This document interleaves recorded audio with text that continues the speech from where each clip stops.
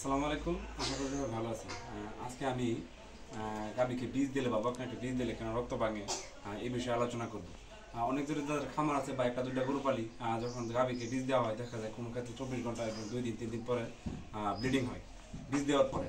তো অনেকে ভাবি যে হয়তো বা ভুলে খোঁচার কারণে রক্ত ভাঙতেছে কিনা, বা বীজ দেওয়াতে কোনো ভুল হয়েছে কিনা, বা ভাবি বীজ রাখি না। আসলে রক্ত ভাঙা কোনো সমস্যা না।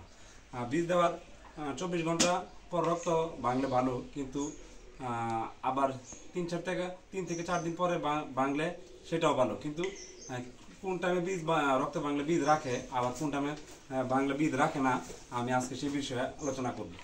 মূলত আমাদের দেশে যে আমরা গাভী পালন করি বা গরু পালন করি, বেশিরভাগ গরুই ক্রস জাতের গরু। দেখা যায় গরু যখন হিটে আসার পর গরুর জরায়ুর মধ্যে ছোট ছোট রোগ আছে।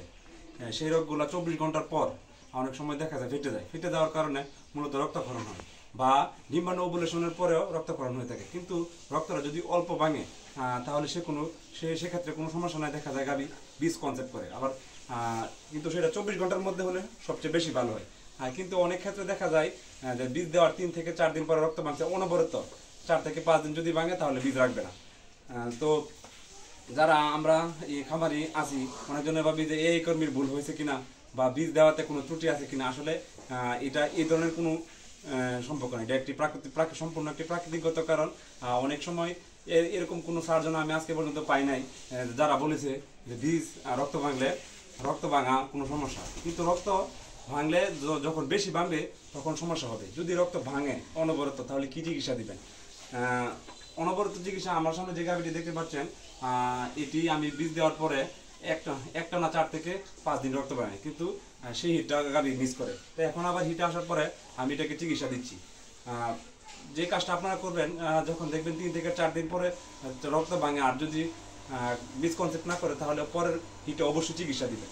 আমি এটাকে চিকিৎসা দিচ্ছি হচ্ছে একটা অ্যান্টিবায়োটিকের জ্বরের মধ্যে 3 দিন দিচ্ছি, এবং সেই সাথে একটা হরমোন ইনজেকশন এই কোম্পানির রিপুলাইজের কাজটা হচ্ছে এটার সার্কেলটা মূলত 18 থেকে 21 দিনের মধ্যে পুরো হিটে আসে। এই সার্কেলটা ঠিক রাখবে, এবং যদি জরায়ুতে কোনো সমস্যা যেরকম পায়োমেট্রা বা ওভারিয়ান সিস্ট যদি থাকে বা ফলিকুলের কোনো সমস্যা যদি হয়, তাহলে এই রিপুলাইজ কাভারেজ দিবি।